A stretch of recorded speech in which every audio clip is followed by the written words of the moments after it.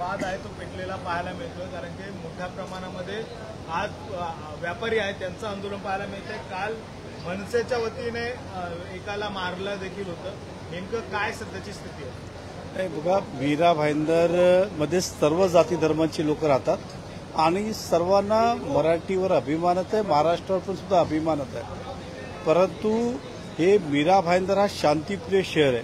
हे पहिल्यांदा नाही दुसऱ्यांदा असं घडलं की मनसेनी एका व्यक्तीला मारण केली, केवळ मराठीत तो बोलला नाही म्हणून।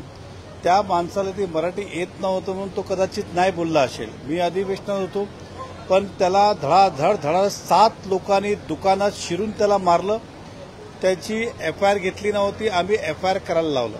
एखादा व्यक्तीकडनं काही चुकलं असेल, चुकीचं केलं असेल तर त्यांनी पोलिसात तक्रार करावी, पण हे मारण खपून घेणार नाही याचं आम्ही निषेध केलेलं, जाहीर निषेध केला।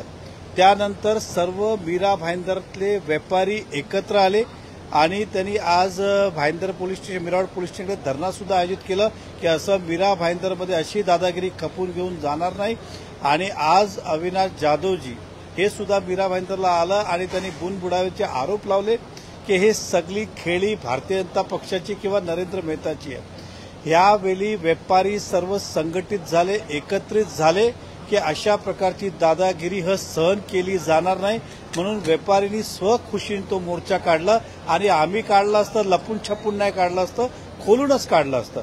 मराठीवर परत मी बोलतो, आम्हाला अभिमानच आहे, महाराष्ट्रावर सुद्धा अभिमान आहे, परंतु अशा प्रकारचं मारहाण करणं हे कधीही खपून गेलं जाणार नाही। आणि मी त्या व्यापाऱ्यांच्या सोबतच आहे, मागून नाही तर समोरून त्यांच्या सोबत आहे, पण तो आंदोलन आज जनहितामध्ये झाला, हा मला त्याचा अभिमानच आहे। अविनाश जाधवांनी थेट आरोप केलेले आहेत की जो 40 सेकंदाचा फक्त व्हिडिओ दाखवला जातोय, त्यापेक्षा पुढचा व्हिडिओ पण तेवढंच महत्वाचा आहे, कारण की त्यांना ज्यावेळेस विचारलं की इथली भाषा कुठली, तर त्यावेळेस देखील त्यांनी हिंदी सांगितलेली आहे, मराठी भाषा त्यांना माहीत नाही। मराठी अभिजात भाषेचा दर्जा मिळाला तरी देखील मराठी भाषा माहीत नाही असं ते म्हणतात। बघा, त्यांचे सगळेच व्हिडिओ दाखवले, तो नाही, अनेक व्हिडिओ त्यांचे जे दाखवलंच कधी गेले नाही। किती वेळा शिवीगाळ करतात, किती वेळा मारहाण करतात, कधी कधीच तो व्हिडिओ बाहेर येतात, सगळे दाखवलंच पाहिजे। परंतु आमचं परत म्हणणं आहे, एखाद्याकडनं काय चूक होत असेल असं वाटत असेल तर तुम्ही तक्रार करा, कोर्टात जा, सरकारकडे जा, पण स्वतःहून मारहाण करणं हे खपून घेऊन जाणार नाही। अविनाश जाधवनी जे काही आरोप केले सगळे ते आहेत, त्याला आम्ही निषेधच करतोय।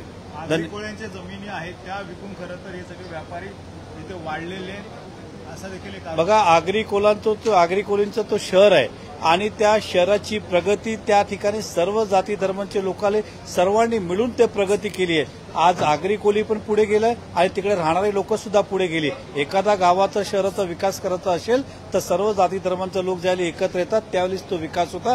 आम्हाला आगरी कोलींवर पण अभिमान आहे आणि इतर जातीवर पण अभिमान आहे। नाही, 100% आता FIR ती झालेली आहे। आता मी या अधिवेशनात असल्याने मला ती माहिती घेता आली नाही।